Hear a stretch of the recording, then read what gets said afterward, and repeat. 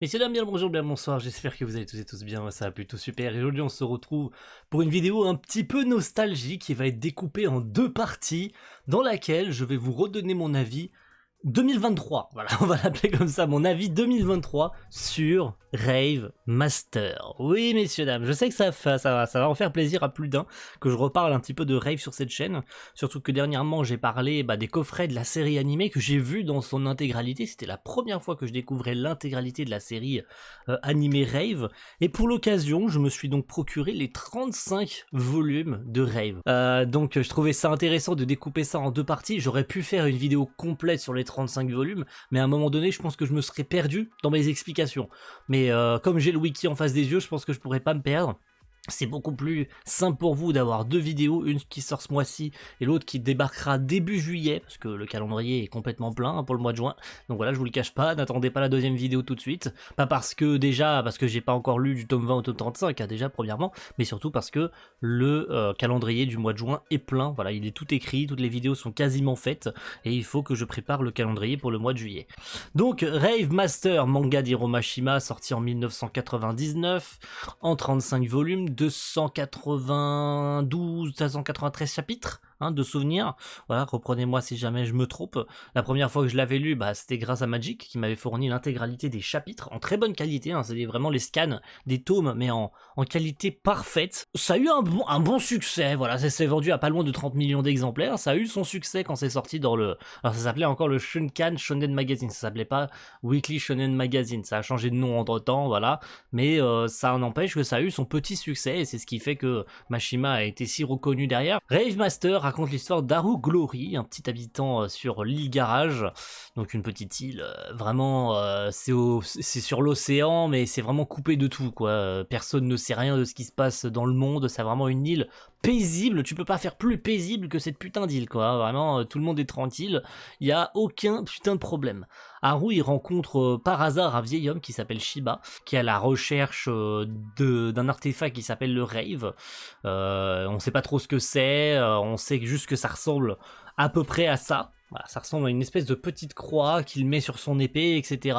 Surtout qu'entre temps, Haru rencontre une espèce de chien, un insecte, il sait pas trop ce que c'est, il s'appelle Plou. Bon, il le nomme Shabutaro parce qu'il sait pas comment il s'appelle, mais quand Shiba le voit, parce qu'il croit Shiba, il voit Plou en même temps, il se dit mais c'est Plou, ça fait longtemps que je te cherche, ça fait 50 ans que je te cherche, ça fait aussi 50 ans que je recherche le Rave, parce que visiblement ce petit truc en fait c'est pas le Rave complet. Il s'agit juste d'un fragment, parce que Rave se serait fragmenté en 5 parties. Parce que le Rave Master a affronté du coup les Darkbring, qui sont des artefacts créés par Demon Card, une organisation maléfique qui recherche à évidemment conquérir le monde, dirigé par King, un homme absolument affreux, même s'il sera pas le protagoniste, enfin qui sera pas l'antagoniste principal du manga, mais il sera le premier antagoniste majeur, jusqu'à un des arcs importants du manga, qui divisera un petit peu la team, qui introduira un personnage ultra important du manga, qui aura une influence sur Haru, mais on en reparlera d'ici quelques instants. Et forcément, le Rave Master, son but, c'est évidemment déjà d'exterminer les Darkbring, mais aussi de ramener la paix, surtout parce que il y a 50 ans entre le pays de Rare Globe et le pays de Symphonia, il s'est passé une guerre, et de cette guerre a amené l'utilisation d'un pouvoir très particulier qui a amené à l'explosion de 1/10 du monde, qui s'appelle l'Overdrive. C'est une explosion gigantesque qui a rayé, littéralement, disons-le, rayé Symphonia de la carte. Et Shiba, lui, ça fait 50 ans qu'il erre déjà pour trouver les 5 morceaux de Rave, mais surtout pour retrouver Plou. Mais surtout, il fait la passation de son titre de Rave Master à Haru. Il va partir en voyage, tout simplement. Il va pas avoir trop le choix, il va devoir prendre la relève de Shiba, lui qui va rester tranquillement sur l'île Garage, dans la maison d'Haru. D'ailleurs, il va habiter chez lui avec sa grande sœur, et notre pauvre Haru, il va devoir prendre les rênes de son destin, même si c'est pas lui qui l'a choisi, et il va partir en direction de la ville, de la grande ville, quitter son île Garage et découvrir un petit peu l'univers, même s'il va affronter certaines personnes sur le tas, et d'ailleurs il va briser l'épée des Ten's Commandment, d'ailleurs sur la plage de l'île Garage, juste avant son départ, il va briser l'épée des Ten's Commandment. Donc son objectif premier, bon, c'est bien beau de trouver les Raves, mais ça va être surtout de réparer l'épée des Ten's Commandment, parce que c'est censé être une épée incassable, mais c'est surtout censé être l'épée du Rave Master. hein, une épée qui a 10 formes différentes et qui permet au Rave Master de se battre, surtout qu'il peut insérer dans la lame, je vous l'ai dit tout à l'heure, ce petit truc. Hein, ce petit truc qui est le rave, hein, même si c'est le rave incomplet, ça reste le rave quand même. Ça lui permet d'activer les pouvoirs de l'épée des Ten's Commandment, mais cassée, elle sert plus à rien, quoi. Il se retrouve donc en ville, c'est full technologie, quoi. Voilà, c'est pour Haru, c'est une grande découverte. Il fait la rencontre d'une jeune fille, vous la connaissez tous et toutes.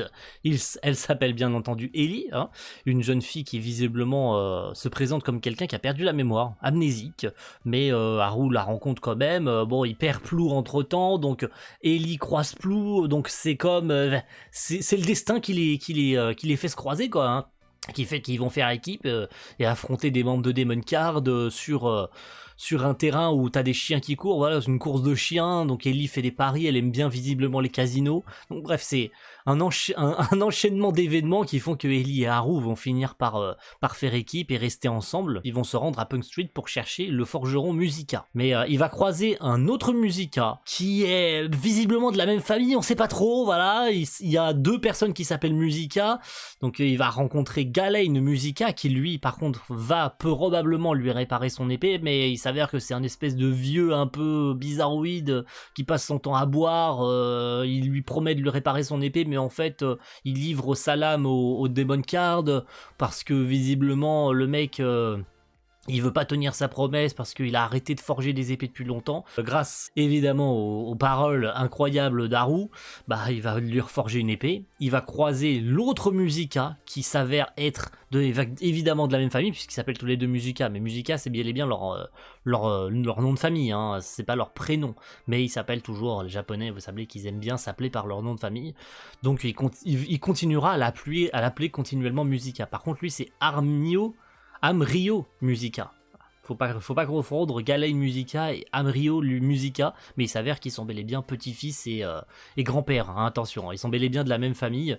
Lui, par contre, Musica Amryo, c'est un Silver Claimer. Il utilise des pouvoirs grâce à un espèce de crâne qui porte autour du cou, qui lui permet d'utiliser des pouvoirs liés à l'argent. Donc c'est un pouvoir ultra important qui jouera son rôle beaucoup plus tard dans l'aventure. Donc comment dire, hein, bien entendu, après un combat intense, ils arrivent à battre Lance, à s'enfuir, à quitter Punk Street, etc. etc. Bon, c'est là d'ailleurs qu'ils se séparent avec Musica, donc ils restent ensemble pendant tout l'arc, mais ils se séparent. Bon, ils se reverront plus tard, hein, vous vous en doutez. Ensuite, on passe à l'arc du village de la pluie, où ils croisent Griffon Kato, un personnage incroyable que tout le monde a... Voilà, c'est un personnage que tout le monde doit kiffer, un espèce de petit running gag, un peu à la Happy de Fairy Tail, même si on sait que la mascotte de Rave, bah c'est Plou, mais pour ajouter son petit lot de comiques, ils ont ajouté Griffon, voilà, qui est un personnage ultra drôle qui va les accompagner en tant que cartographeur, hein, en tant que cartographe de l'équipe. Il va rester avec eux jusqu'au bout, hein. Le mec à la base c'était juste pour les accompagner, mais il va finalement rester dans la team de façon constante, hein. Il quittera jamais la team jusqu'au bout du manga.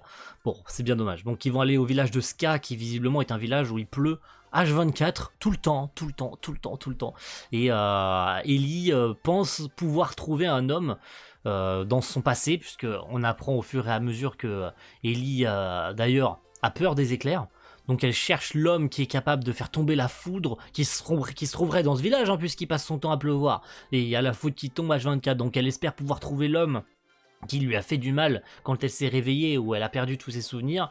Donc elle essaye de recoller un petit peu les morceaux de son passé et essayer de trouver l'homme correspondant au peu de souvenirs qu'elle a. Il s'avère que c'est pas le bon, bien entendu, c'est pas le bon. C'est un autre membre de Demon Card, mais en fait le mec il est pas si méchant que ça. En fait s'il faisait tomber la pluie, c'était simplement pour tourner un film. Donc le mec pendant 5 ans il a ruiné la vie des villageois, d'un petit garçon qui n'a jamais vu le soleil, pour tourner un putain de film. Bon, heureusement, le groupe et surtout Haru va réussir à leur faire entendre raison, et en fait ils étaient pas si méchants que ça. Ils vont arrêter de faire tomber la pluie, ils vont arrêter la machine qui faisait tomber la pluie, tout est bien qui finit bien, le petit garçon il retrouve le sourire, tout le monde il est content, bon, sauf pour Ellie qui finalement a pas trouvé l'homme qu'elle cherchait, mais c'est pas bien grave. Et pour l'arc suivant, Par contre, là, ça va commencer à être intéressant. Retour de Shuda, qui va être l'ennemi principal de cet arc, que va affronter notre cher Haru, bien entendu. Hein. Alors, est-ce qu'il gagne, est-ce qu'il gagne pas? Oui, il gagne, hein. Même si Shuda est laissé pour mort à la fin du combat, mais c'est surtout à ce moment-là que Haru récupère le premier rave de l'aventure. Et oui, messieurs, dames, vous vous en souvenez peut-être, il récupère le rave de la connaissance grâce à Deerhound, l'un des 4 guerrier du ciel azuré, et je trouve que c'est un moment un peu clé, hein, disons, hein, parce que c'est enfin à ce moment-là que l'aventure commence pour notre cher Haru, et c'est surtout là où il commence à apprendre des choses concernant son père. Il n'empêche que Shuda, c'est un personnage ultra charismatique que tout le monde doit kiffer, parce qu'il va passer évidemment de gentil à méchant, de méchant à gentil, je me suis inversé, mais c'est un personnage oufissime, vraiment dans son développement, c'est l'un des persos qui a, je pense, le meilleur développement parmi les méchants transférés en gentils. Franchement, le mec a un développement de fou furieux, c'est un personnage que j'adore, surtout pour le rôle qu'il jouera dans l'arc final, mais ça on en reparlera dans la seconde vidéo. Et un arc certes très court, où ils vont se rendre dans une grotte, où ils vont récupérer Musica, ouais, Musica, le retour de Musica d'ailleurs dans cet arc, où il va enfin rejoindre la team de façon permanente, hein, il va rester avec le groupe jusqu'au bout, et c'est d'ailleurs une parfaite transition pour parler du prochain arc, dans lequel il se rend dans une ville pour se reposer, voilà, après l'effort, le réconfort, hein, ils vont aller dans un musée où d'ailleurs ils vont croiser une statue de Shiba, une reproduction de Rave, une reproduction de l'épée des Ten's Commandments, où d'ailleurs Ellie va croiser par inadvertance, parce qu'elle va ressentir des douleurs à la tête, et elle va croiser, dans un endroit qui est censé être interdit d'accès, une gigantesque peinture de Resha Valentine. Qui est Resha Valentine? C'est en réalité la créatrice de Rave, qui est morte il y a 50 ans au moment de l'Overdrive. Voilà. Pour faire plus simple, en fait, il s'avère que Ellie et Resha seraient peut-être liées, surtout parce qu'elle lui ressemble vraiment beaucoup. Genre vraiment, hein, elle le dit elle-même, hein, c'est-à-dire que c'est même pas un spoil, elle se ressemble vraiment. Elle dit, mais cette femme me ressemble vraiment beaucoup. Elle ressent de terribles maux de tête quand elle voit la peinture de Resha, et finalement, d'ailleurs, c'est le moment où Sig, un personnage ultra charismatique du manga. Alors là, la Shuda, c'est un personnage charismatique, mais alors, Sigart, messieurs, dames, qui sera la figure, hein, qui permettra à Mashima de créer à Jelal et plus tard à Justice dans Eden Zero, mais le charisme de cet homme qui au début cherche à tuer Ellie, hein, vraiment son objectif c'est de tuer Ellie, pourquoi? Parce qu'elle possède un pouvoir incroyablement puissant qui s'appelle l'Etherion, sauf que le problème c'est que vu qu'elle ne maîtrise pas ce pouvoir, et surtout parce qu'elle ne s'appelle pas vraiment Ellie. En tout cas, c'est ce qu'elle se dit, parce qu'elle a des chiffres sur son bras, elle en a conclu qu'elle s'appelait probablement Ellie à cause des chiffres de son bras, mais en fait, lui, il dit, mais non, le mot qui est marqué sur ton bras, c'était pas Ellie, tu l'as lu à l'envers, c'était 3173, en fait, tu t'appelles pas Ellie, personne ne sait comment tu t'appelles, Ellie cherche désespérément à savoir qui elle est et d'où elle vient, mais lui il veut rien savoir, tout ce qu'il veut c'est vraiment en finir avec elle, mais ça va bien finir, hein, puisqu'Haru va venir évidemment la protéger, et il va faire comprendre à Sig qu'en fait, il peut clairement gérer l'Etherion, quoi. Grâce à une épée de Ten's Commandment, Rune Save, il va tout simplement sceller l'Etherion, hein, puisque la peur de Sig, qui lui son objectif et sa philosophie de vie, si on peut appeler ça comme ça, c'est de protéger le temps. Et le problème c'est que l'Etherion, pour lui, c'est quelque chose d'extrêmement dangereux qui pourrait bouleverser l'univers. Donc, vraiment, tuer Ellie, c'est vraiment l'objectif premier. Il n'y a pas d'autre moyen pour sauver l'univers que de tuer Ellie. Bon, Haru va évidemment changer ce futur, va évidemment changer toutes les prédictions de Sig, et sauver Ellie in extremis de la mort. L'arc suivant, par contre, messieurs, dames, l'arc de la tour de Jin. Oh là là, oh là là là là là là là là, oh là là, nos chers membres de la team d'Haru se rendent dans le prochain lieu pour trouver le prochain rave, hein, tout simplement, le rave de la force. Et ils tombent dans le village géré par la prêtresse Rémi Maltaise. Et ils entendent parler d'un homme qui s'appellerait Gale, et qui serait le chef des démons. Et évidemment, colère noire de Haru, parce que le seul homme qu'il connaît qui s'appelle Gale, c'est son père. Voilà, comment dire. Donc t'as les membres t'as Rémi Maltaise qui dit Gale, c'est un homme horrible, etc. Est-ce que vous pouvez nous aider à tuer ce monstre et tout ça? Bah t'as évidemment Haru qui fait bah non, va te faire foutre. Genre non. Désolé mais je peux rien faire pour toi, tant pis si j'ai pas le rêve de la force, mais va te faire foutre quoi, vraiment, va bien te faire foutre. Je ferai rien, je ferai littéralement rien, parce que il y a deux sentiments qui le tuent, hein. Est-ce que c'est vraiment Gale? Enfin, si c'est vraiment Gale, qu'est-ce qui l'a poussé à devenir le chef des démons? Donc, ni une ni deux, bien entendu, vous vous en doutez, il se rend à la tour, hein. Il croise son père, mais il s'avère que son père, en fait, c'est pas lui. Puisqu'en fait, Gale, c'est pas seulement le père d'Haru, c'est aussi le nom de King. Ouais. Et oui, le chef de Demon Card, en fait, il s'appelle Gale Rarglobe. Je vous en ai parlé tout à l'heure, hein, pour ceux qui s'en rappellent, hein, Rarglobe. Donc, Gale et Gale vont devoir s'affronter. La tour de Jin, bon, vous vous en rappelez, hein, de ce moment incroyable, les retrouvailles père-fils. On apprend qu'en réalité, s'il n'est pas rentré sur l'île Garage, c'est simplement parce que il avait un Darkbring en lui. Hein, en fait, King lui avait inséré plus tôt, quelques années avant, un Darkbring dans son corps, et il avait peur que ce Darkbring explose. Donc en fait il est jamais rentré sur l'île Garage de peur de faire sauter toute l'île en fait, hein, et de tuer toute sa famille. Et on apprend par la même occasion que Demon Card a été créé dans le passé par les deux Gale qui se sont rencontrés, qui sont nés le même jour dans des pays complètement opposés, hein, puisque Symphonia et Rarglobe se faisaient la guerre 50 ans plus tôt.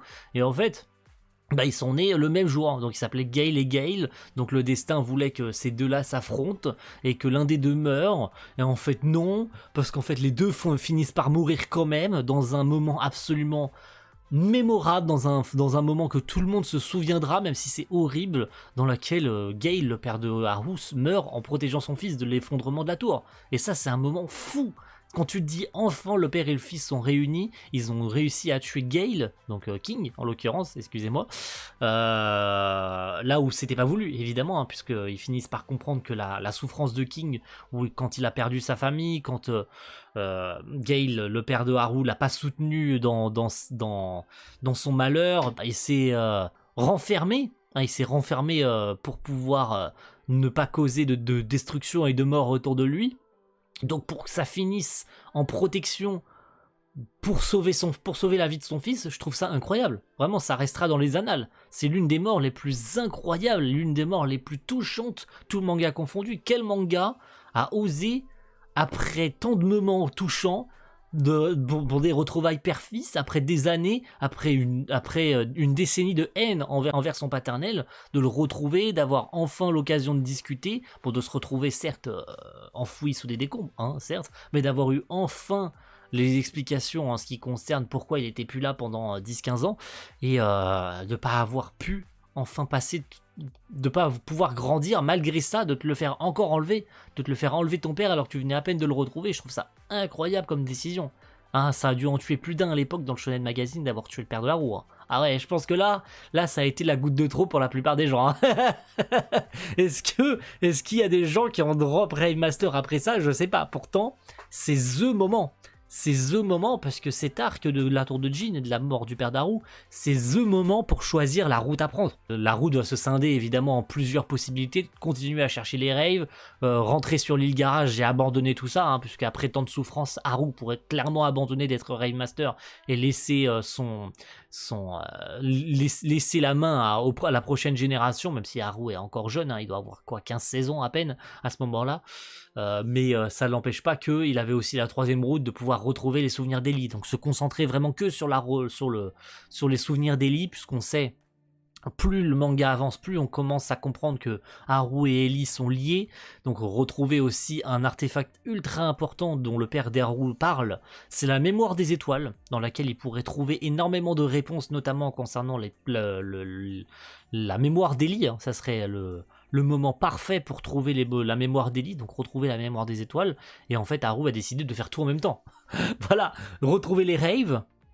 Une fois retrouvé les raves et qu'on a sauvé le monde, on se rend à la mémoire des étoiles pour retrouver la mémoire d'Eli. Et une fois qu'on en a fini, on rentre sur l'île Garage. Tout le monde il est heureux, tout le monde il est content. Bah ouais, pourquoi choisir une des trois routes quand on peut faire les trois en même temps? Bah ouais, tant qu'à faire. Et puis cet arc surtout termine sur la présentation et sur l'introspection, le fait que t'as de nouveaux alliés qui rentrent au sein aussi de la team, hein, même s'il y en a plusieurs qui manquent de mourir pendant l'arc, hein. On a surtout Let's, un nouvel allié qui finit par rentrer dans la team. Et oui,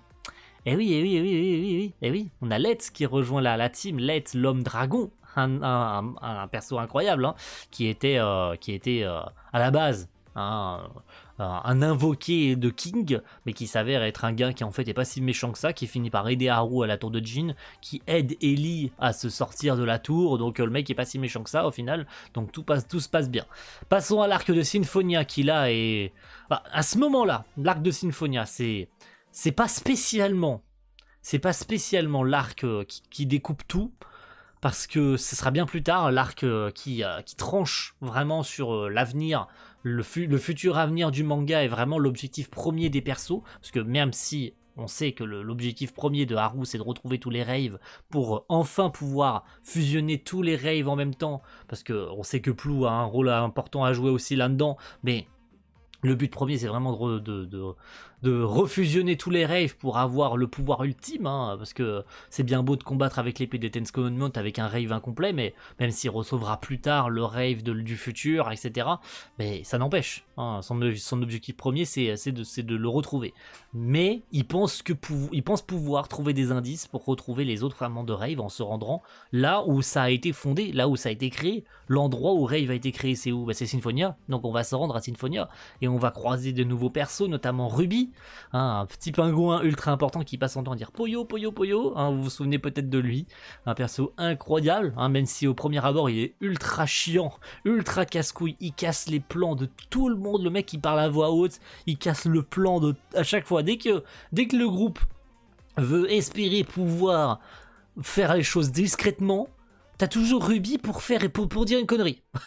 mais pourtant, et surtout ça tease un des futurs arcs et l'une des la saga qui suivra Symphonia, hein, puisque on aura les autres membres des Oration Seis de Demon Card. Bon, même si Demon Card, on pensait que ça avait été détruit, il s'avère que non, hein. Entre temps on apprendra que le fameux démon blond, hein, qui s'avère être Rushia, vous vous en souvenez, hein, Rushia, incroyable comme perso, hein, on en parlera, finit par se libérer de sa prison, il devient le nouveau gérant de Demon Card, etc. Donc tout finit par se rassembler à Symphonia, ils finissent par trouver évidemment l'endroit qu'ils cherchaient désespérément, c'est-à-dire l'endroit qui était en réalité depuis le début sur le bras d'Ellie, parce qu'en fait Ellie se lisait bien Ellie, mais il se lisait aussi 3173, qui était en fait une coordonnée.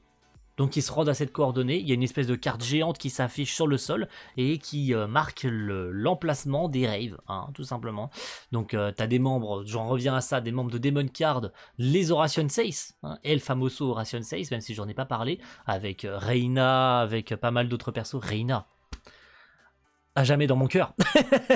À jamais dans mon cœur, même si on en reparle d'ici quelques instants, à jamais dans mon cœur. Reina, bien entendu, hein, un perso incroyable, mais... c'est the moment où Rushia arrive, hein, le nouveau dirigeant de Demon Card, le fils de King, hein, je vous en parlais tout à l'heure, qui va embrasser Ellie, qui va littéralement se présenter comme le Darkbring Master, bref, c'est the moment où on en apprend beaucoup plus sur Ellie, où on apprend que le rôle qu'elle va avoir à jouer plus tard est bien plus important qu'on le pensait, que c'est un perso beaucoup plus important que ça. Elle va croiser la tombe de Recha, elle est la seule d'ailleurs à pouvoir y accéder, puisque visiblement elle est liée à Symphonia d'une manière ou d'une autre, donc quand elle s'approche d'un lieu précis qui lui fait mal à la tête d'ailleurs, hein, puisque c'est lié à ses souvenirs, c'est lié à son passé. Elle croise la tombe de Recha, un espèce de squelette aussi qui a un collier qui ressemble étrangement au sien, parce qu'en réalité c'est le même collier que le sien, donc on sait pas trop qu'est-ce que c'est censé nous dire, mais tout ça amène à l'affrontement avec Demon Card face à Rushia. Bon, tout le monde s'en sort miraculeusement bien, heureusement, hein, visiblement le scénario a été gentil avec eux, surtout parce que t'as notre cher Sig qui arrive à la rescousse surtout. Ouais, bah ouais, ça finit bien heureusement parce que t'as un incroyable magicien qui arrive à leur rescousse, même s'il y a dans le lot des membres des Oration Seis un magicien incroyablement puissant qui s'appelle Shamka, ou Shakma, je me trompe à chaque fois, Shakma, qui leur barre la route, mais ils s'en sortent bien, heureusement pour eux, puisque le but c'était pas forcément de se battre, même s'ils voulaient enlever Ellie.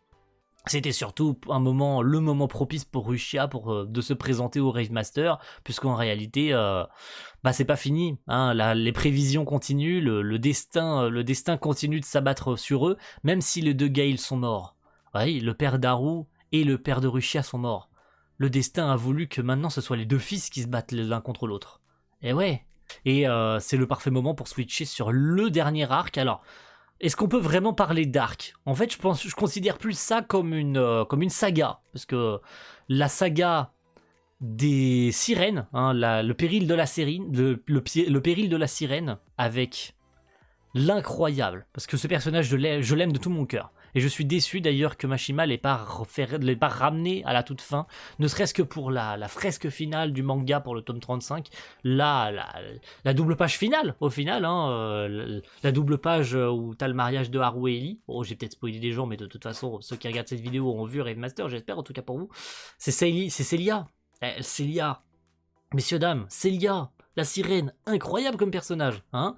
Donc notre team, toujours à la recherche, bien entendu, des futurs raves, se rendent malgré eux, puisqu'ils croisent Célia un peu par hasard, hein, même si ils cherchent le rave du futur. Ils tombent d'ailleurs sur Saga Pendragon, qui est une espèce de fleur, exactement comme Nakajima, un habitant de l'île Garage qui était sur la maison d'Haru. Donc s'ils sont de la même espèce, il leur donne des prédictions qui se réaliseront que beaucoup plus tard concernant tous les persos, donc Haru, Ellie, Let's, Musica. Il leur arrivera tous quelque chose d'absolument incroyablement important, bon, Ruby aussi, d'ailleurs même Plou et Griff, hein, Griff, tout le monde, il leur arrivera à tout le monde quelque chose d'important. Mais en croisant Célia, ils rejoignent la ville de Mildesta. Ils apprennent que les sirènes ont été enlevées, que Mildesta a été détruit. Et ils croisent aussi Doryu, un personnage incroyable, hein, Onigami, le groupe des Onigami et de Doryu, qui sont deux brigades qui sont anti-Demon Card, qui possèdent des Sinclair. Alors qu'est-ce que les Sinclair? Pour faire très simple, c'est l'opposé du rave, hein. Le but principal de Rushia, c'est de retrouver les Sinclair, qui sont les parfaits opposés des raves. C'est là où d'ailleurs Ruby va jouer un rôle ultra important, hein, parce que Doryu et Ruby se connaissent. Ruby, qui était un personnage assez casse-couille au début, on va pas se mytho, hein, c'était un personnage complètement inutile au début, finira par apprendre la magie. Donc voilà, il se passera beaucoup de trucs en fait, parce que Ellie se fait enlever, donc ils essayent de la sauver, mais en fait il se passera un truc en même temps concernant Musica qu'on prendra pour mort. Donc en fait, t'as une partie de la team qui va se rendre dans le vaisseau de Doryu, mais qui va protéger les sirènes en même temps, puisqu'ils vont affronter des membres de Demon Card et de la brigade des Onigami et de Doryu en même temps. Donc ça va amener au sauvetage des sirènes, mais on va apprendre aussi que l'artefact que cherchait Musica depuis des années, et d'ailleurs pour la raison pour laquelle il était rentré en conflit avec Reina, une membre des Orange Saints de Demon Card, qui est aussi une Silver Claimer, cherche le même artefact tous les deux, qui s'appelle le Silver Ray, qui est une construction du père de Reina, mais son but à lui, à Musica, c'est de détruire le Silver Ray, puisque son maître avait demandé à le détruire, mais en fait ils s'étaient pas mis d'accord, puisque l'un trouvait que l'autre mentait sur le fait que peut-être qu'il l'avait volé, peut-être que non. En fait, on savait pas comment ça se fait que le Silver Ray avait disparu. Et en fait, le Silver Ray était en phase 2 depuis le début. Parce que la forteresse au fond de la mer, appelée le River Sally, était en fait le Silver Ray depuis le début. Donc, tout ça va amener à une scène. La scène iconique, l'une des morts, je pense, l'une des morts, tout manga de Mashima confondu, les plus tristes et les plus incroyablement mises en scène, incroyablement bien, excusez-moi j'ai oublié un mot, mise en scène, c'est la mort de Reina. Puisque, vous vous en doutez, puisque le Silver Ray était aux mains des Onigami, il va tout faire pour causer des dégâts, hein, puisqu'en réalité le Silver Ray c'est une arme de destruction massive avec un gigantesque canon, et en fait il va faire s'autodétruire le Silver Ray, mais Reina va se sacrifier pour sauver, d'ailleurs déjà premièrement pour sauver Musica, puisqu'elle va le jeter à la mer, mais elle va lui demander quand même de l'aider à arrêter le Silver Ray, mais il n'y a pas d'autre moyen que de détruire son noyau, mais si elle détruit son noyau, il s'autodétruira dans la seconde, donc Reina ne pourrait pas s'en sortir, et elle lui demande à ce qu'ils se sacrifient tous les deux, hein, puisque c'est un petit peu de sa faute aussi s'il n'avait pas retrouvé le Silver Ray bien avant. Silver Ray que Reina souhaitait garder intact, mais elle doit se résigner à le détruire, donc c'est assez triste, hein, elle doit se résigner à détruire quelque chose qu'elle a cherché pendant 10-15 ans, Et c'est une mort tragique. C'est une mort tragique et c'est une mort absolument incroyable. Et c'est là où tu te dis que, en fait, depuis le début, ils auraient pu finir ensemble. Ils étaient parfaitement compatibles pour finir ensemble dès leur première rencontre. Musica et Reina, tu sais qu'ils auraient pu finir ensemble, non seulement parce qu'ils avaient les mêmes pouvoirs, mais surtout qu'au moment de sa mort, elle s'imagine la vie, elle voit sa vie défiler devant ses yeux, et elle se dit que si rien de tout ça n'était arrivé, si elle et Musica s'étaient rencontrés dans des circonstances différentes, ils auraient pu vivre ensemble, ils auraient pu se marier, ils auraient pu avoir des enfants. Et ça, c'est incroyablement touchant. Et ça rend la mort de Reina encore plus triste. Vraiment, de voir tout ça, de se dire ils auraient pu finir ensemble, c'est cruel. C'est ultra cruel. Autant le dire, c'est ultra cruel sa mère. Vraiment, il n'y a pas plus cruel comme mort, il n'y a pas plus touchante comme mort que ça. Et puis pour finir, évidemment, hein, l'affrontement face à Doryu qui amène à l'obtention du rêve du futur, du pseudo-sacrifice de Haru, hein, qui sous-entend à Ruby qu'il veut laisser le flambeau au 3e Rave Master. Il finit par s'en sortir in extremis après un arc absolument oufissime, hein, d'un premier affrontement contre Doryu dans lequel il perd. Il se fait défoncer, vraiment, il se fait complètement défoncer, ce qui est incroyable parce que, outre les prochains mangas de Mashima, parce qu'on peut comparer, je suis désolé, on peut comparer la puissance des persos principaux, mais je trouve sincèrement que Haru a un des meilleurs développements, parce qu'il est pas cheaté dès le début du manga, il se fait défoncer le cul par tous les ennemis, et c'est pas parce qu'il obtient un artefact puissant qui le rend quasi invincible l'espace de 3 chapitres, d'ailleurs parce que les combats durent beaucoup plus longtemps dans Rave, c'est d'ailleurs un des points pour lequel Mashima a régressé, c'est pas une critique, c'est un fait. Donc oui, Haru s'en sort miraculeusement en vie grâce à un autre membre des Ciels Azurés, hein, qui lui fournit le rêve du futur.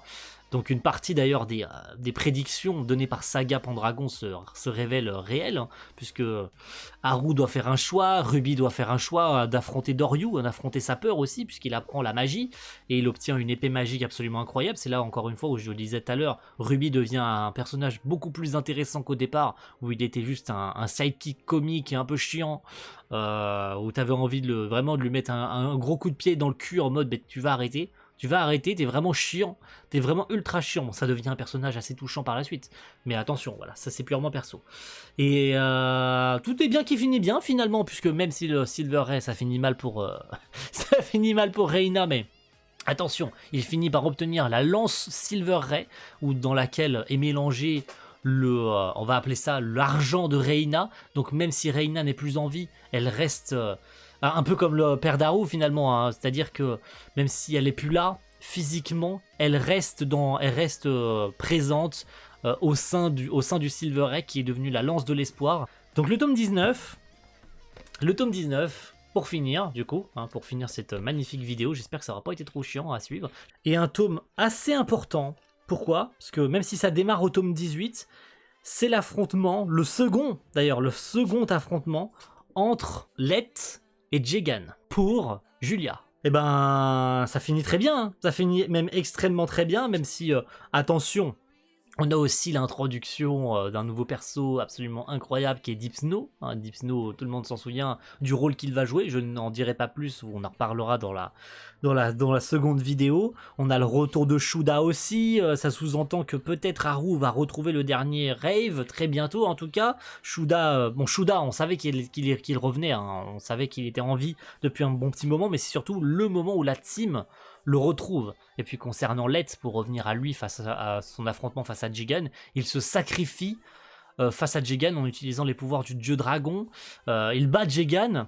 Par la même occasion, il rend à Julia son apparence humaine, puisque Julia était transformée en dragon, pour ceux qui se souviennent évidemment de l'arc de Symphonia, dans lequel Let obtient sa forme finale, sa forme humaine, puisqu'il était à moitié demi-dragon. D'ailleurs, l'animé avait donné une couleur de cheveux un peu étrange à Let, il était devenu blond dans l'animé, alors que pourtant, il a les cheveux gris. Il a bel et bien les cheveux gris. Il obtient d'ailleurs face à Doryu sa légendaire cicatrice comme ça, là, le long du front, qui tombe aussi jusqu'au sourcil, il me semble. Absolument incroyable, hein, ce qui rend le personnage ultra classe, hein, disons-le. Donc son affrontement face à Jegan, qui amènera d'ailleurs à la mort de celui-ci, puisque Jegan, qui finit plus tard par se ranger du côté du bien, puisqu'il se rend compte qu'il croise son frère, hein, il croise son frère là où il finit par tomber, recueilli par une jeune femme qui le soigne, hein, tout simplement. Donc il finit par se repentir, mais il a à peine eu le temps de se repentir qu'il se finit par se faire tuer. Voilà, il se fait tuer. Pour Let's, il s'en sort aussi miraculeusement en vie, puisque utiliser les pouvoirs du dieu dragon, c'est censé être un sacrifice, hein, son corps se décompose, et Julia lui sauve la vie, hein, lui qui sauve la vie de Julia, mais Julia lui sauve aussi la vie. On le reverra pas tout de suite, Let's, il faudra patienter avant de le revoir, mais tout ce qu'on sait, moi je me rappelais plus qu'on voyait Let's en vie. Je me souvenais plus qu'on voyait Julia lui sauver la vie. Et surtout que entre ce moment-là et le moment où ils retrouveront Let's et Julia, bah il y aura quand même eu un sacré changement. Julia changera complètement de personnalité. Julia, on en reparlera dans la seconde vidéo, mais personnage aussi absolument incroyable, qui casse des bouches, hein, très sincèrement. Mais entre la Julia qu'on voit là et la Julia qu'on verra plus tard, c'est pour ça. On n'a pas eu cette espèce de transition, on sait qu'ils se retrouvent, ils se prennent dans les bras, etc. Tout le monde s'en sort miraculeusement en vie. Sauf évidemment le pauvre Jegan, malheureusement pour lui. Mais on a les prémices, du coup j'en parlais tout à l'heure, de l'affrontement entre Shuda et Deep Snow. Deep Snow qui va jouer son rôle, Shuda, je le disais au début de vidéo, qui se range du côté du bien, qui obtient une épée ultra importante, hein, l'épée des flammes. Mais bref, je me perds un peu, voilà, je dis tout ça dans le désordre, mais comment dire si ce n'est que ça introduit des persos qui vont jouer des rôles absolument importants plus tard. Je veux dire, c'est pas pour rien que Shudal dit à Haru d'aller tout droit, car un homme l'attend au fond de la grotte. Voilà, vous saurez plus tard ce qu'il en est dans le tome 20. Parce que la fin du tome 19, c'est le début de l'affrontement du coup entre Shuda et Deep Snow, hein, qui sous-entend qu'il a aussi un Darkbring des 6 étoiles, donc un Sinclair, un Mother Darkbring, hein. Et je peux dire que ce qui se passera dans le tome 15, dans le tome 20, ça va être la cassure, parce que la mémoire des étoiles, les gars, on en parlait tout à l'heure, la mémoire des étoiles, c'est The Moment, c'est The affrontement. Ah, je tease des trucs là, mais vous vous en souvenez peut-être. À vous de vous remémorer les événements du tome 20 avant la vidéo qui sort le mois prochain, dans quelques semaines. Et je peux vous dire que ça va être oufissime. Voilà. Voilà, j'espère que cette première vidéo dans laquelle on se remémore un petit peu Rave, alors je n'aurais pas illustré avec des images. Voilà, je n'aurais pas illustré pour une raison très simple, c'est que déjà j'ai plus les images et parce que je préfère me contenter d'un récit très simple, comme j'avais fait à l'époque finalement, où je vous parlais en 3 vidéos de mon avis sur Rave Master. Donc je trouve ça très intéressant de le faire plus en mode monologue qu'autre chose, même si j'aurais pu, mais comme la vidéo fait 50 minutes, que j'aurais tenté de compresser un petit peu plus en coupant les moments où j'arrive pas à trouver mes mots pour essayer de rendre ça plus fluide, etc.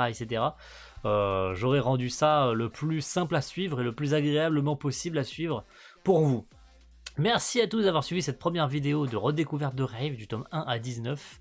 Et on se retrouve très rapidement pour la seconde du tome 20 au tome 35. Merci tout le monde. A plus. Ciao. Bye.